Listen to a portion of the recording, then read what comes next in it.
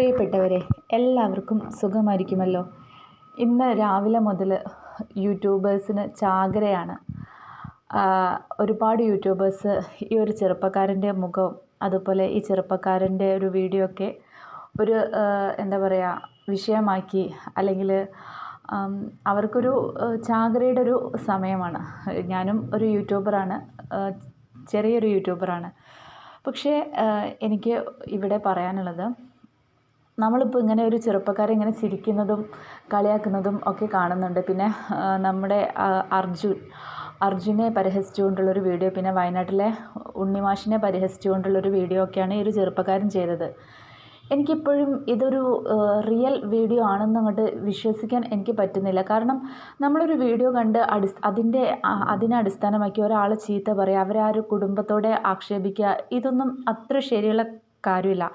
ഇത് ഒന്നെങ്കിൽ നിയമപരമായിട്ട് നമ്മൾ മുന്നോട്ട് പോകുക, നമ്മൾ ആ ഒരു നിയമം കയ്യിലെടുക്കരുത്. ഇതിലെന്തെങ്കിലും വാസ്തവമുണ്ടോ എന്നറിയുന്നതിന് മുൻപ് കുറേ ആൾക്കാർ വന്നിട്ട് ഈ ഒരു ചെറുപ്പക്കാരനെ ഇങ്ങനെ ചീത്ത പറയുക, ഈ ചെറുപ്പക്കാരൻ്റെ വീട്ടുകാരെ ചീത്ത പറയുക, മാതാപിതാക്കളെ ചീത്ത പറയുക, ഈ ചെറുപ്പക്കാരനെ എവിടെയാണ് കണ്ടുപിടിച്ചിരുന്നെങ്കിൽ എന്നൊക്കെ പറയുക. അതിനേക്കാളും നല്ലത് നിയമപരമായിട്ട് മുന്നോട്ട് പോകുക എന്നുള്ളതാണ്. അങ്ങനെ ആകുമ്പോൾ പോലീസ് കണ്ടുപിടിച്ചോളൂ ഈ ഒരു വീഡിയോ റിയലാണോ അല്ലയോ എന്ന്. ഇത് അഥവാ റിയലാണെങ്കിൽ ഒരിക്കലും മാപ്പർഹിക്കാത്ത തെറ്റാണ് ഈ ഒരു ചെറുപ്പക്കാരൻ ചെയ്തത്. അതിൽ യാതൊരു തർക്കവുമില്ല. പക്ഷേ റിയലാണോ അല്ലയോ എന്നുള്ളൊരു കാര്യം ആദ്യം ഒന്ന് ക്ലിയർ ആക്കിയിട്ട് വേണ്ട ഇത്തരം കാര്യങ്ങളെക്കുറിച്ചൊക്കെ സംസാരിക്കാൻ. ഇപ്പോൾ ഈ അടുത്തിടെ നമ്മൾ ഒരു മുലപ്പാൽ വിഷയവുമായിട്ട് ബന്ധപ്പെട്ട ഒരു ചെറുപ്പക്കാരൻ, ഏകദേശം ഒരു 40-45 വയസ്സുള്ളൊരു ചെറുപ്പക്കാരൻ സമൂഹത്തിൻ്റെ മുന്നിൽ വെറുതെ ആക്ഷേപിക്കപ്പെട്ടതായിട്ട് നമ്മൾ ന്യൂസിൽ കണ്ടു. ഞാൻ ഒരു മനോരമ ന്യൂസിലാണ് ഞാൻ ഈ ഒരു കാര്യം കണ്ടത്. ആ ഒരു ചെറുപ്പക്കാരൻ്റെ ഫോട്ടോ തെറ്റിദ്ധരിപ്പിച്ചുകൊണ്ട്, ജോർജ് എന്ന പേരിൽ തെറ്റിദ്ധരിപ്പിച്ചുകൊണ്ട് വ്യാപകമായിട്ട് ഓടിക്കൊണ്ടിരിക്കുകയാണെന്നുള്ളൊരു പരാതി ഒരു ആൾക്കുണ്ടായിരുന്നു. ആളുടെ പേര് എനിക്ക് ഓർമ്മയില്ല. അയാൾ എന്തോ ആക്സിഡൻ്റ് എന്തോ പറ്റിയിട്ട് ഹോസ്പിറ്റലായിരുന്നു. ആ ഒരു ചിത്രങ്ങളൊക്കെ വ്യാജേന പ്രചരിപ്പിച്ചുകൊണ്ട് അയാളെ മാനക്കേടിലാക്കി. അയാളും അയാളുടെ കുടുംബവും ആകെ നാണം കെട്ടു. പക്ഷെ ഇങ്ങനെ ഒരു ഫോട്ടോ കാണുമ്പോഴത്തേക്കും നമ്മൾ ചാടി കയറി നമ്മൾ വലിയ ആൾക്കാരാവുന്നതിനേക്കാളും നല്ലത് അതിൻ്റെ ഒരു യജസ്ഥിതി മനസ്സിലാക്കുക എന്നുള്ളതാണ്. മുലപ്പാൽ എന്ന് പറയുമ്പം ആണുങ്ങൾ അതിനൊരു കാമത്തോടെ വീക്ഷിക്കുന്നത്, എന്താ ഇപ്പം പറയുക, അതിനെക്കുറിച്ച് ഇപ്പോൾ ഒന്നും പറയാൻ കഴിയില്ല. കാരണം അത്തരം വിഷയങ്ങളെയൊക്കെ കുറിച്ച് സംസാരിക്കാതിരിക്കുന്നതായിരിക്കും നല്ലത്. സ്ത്രീകളുടെ മാറിടങ്ങളെ കാമത്തോടു കൂടി മാത്രം വീക്ഷിക്കുന്നത് നല്ലൊരു അമ്മയ്ക്ക് പിറക്കാത്തത് കൊണ്ടാണെന്ന് മാത്രമേ എനിക്ക് പറയാൻ കഴിയൂ. എനിക്ക് ഇപ്പോഴും വളരെ വേദനയോട് കൂടിയാണ് നല്ലൊരു അമ്മയ്ക്ക് പിറക്കാത്തത് എന്ന് ഞാൻ പറയുന്നത്. പക്ഷെ ഞാൻ മനസ്സിലാക്കിയെടുത്തോളം ഒരു വ്യക്തി അയാളുടെ ഒരു ക്യാരക്ടർ ആശ്രയിച്ചിരിക്കുക, അയാൾ വളർന്നൊരു സാഹചര്യത്തെ മാത്രമായിരിക്കില്ല, പ്രത്യേകിച്ച് ഇന്നത്തെ ഒരു കാലഘട്ടത്തിൽ ആ ആളുടെ ഒരു കൂട്ടുകെട്ടിനെയും കൂടി ആശ്രയിച്ചിരിക്കും. ഇപ്പം നമ്മളൊക്കെ നമ്മുടെ മക്കളെ നല്ല രീതിയിലാണ് വളർത്തുന്നത്, നമ്മളും നല്ല രീതിയിലാണ് വളരുന്നത്. പക്ഷെ ഒരു ഘട്ടം കഴിഞ്ഞാൽ, ഒരു ഹൈസ്കൂൾ ടൈമൊക്കെ കൊണ്ട് വിട്ട് കഴിഞ്ഞാൽ അവർ പല കൂട്ടുകെട്ടിൽ പെടുന്നു, പല സ്വഭാവങ്ങൾ അവർക്ക് വരുന്നു. എന്നിട്ട് ഈ നിരപരാധികളായ മാതാപിതാക്കൾ വെറുതെ ഇരുന്ന് ഇങ്ങനെ കണ്ണീര് കുടിക്കുക, എന്നിട്ട് ഈ മാതാപിതാക്കളെല്ലാവരും ചീത്ത പറയുക. ഇതൊക്കെയാണ് ഇപ്പോൾ നമുക്ക് കാണാൻ കഴിയുന്നത്. ഒരു വ്യക്തിയുടെ സ്വഭാവം കണ്ട് ഒരിക്കലും ആ ഒരു വ്യക്തിയുടെ മാതാപിതാക്കൾ ഇന്നത്തെ കാലത്ത് ചീത്ത പറയരുത് എന്നാണ് എനിക്ക് പറയാനുള്ളത്. കാരണം ഇന്നത്തെ കാലം അങ്ങനെ ഒരു കാലമാണ്. നമുക്ക് ആർക്കും ഒരു ഗ്യാരണ്ടി നമ്മുടെ കുട്ടികളുടെ കാര്യത്തിലോ ഫാമിലി മെമ്പേഴ്സിൻ്റെ കാര്യത്തിലോ സമൂഹത്തിന് നൽകാൻ കഴിയില്ല. നമ്മുടെ മുന്നിൽ നമ്മുടെ മക്കളും നമ്മുടെ ഫാമിലി മെമ്പേഴ്സൊക്കെ മാന്യന്മാരാണ്. പക്ഷെ അവരുടെ കൂട്ടുകാർക്കിടയിലാണ് അവർ യഥാർത്ഥത്തിൽ എന്താ എന്നുള്ളത് മനസ്സിലാവുന്നത്.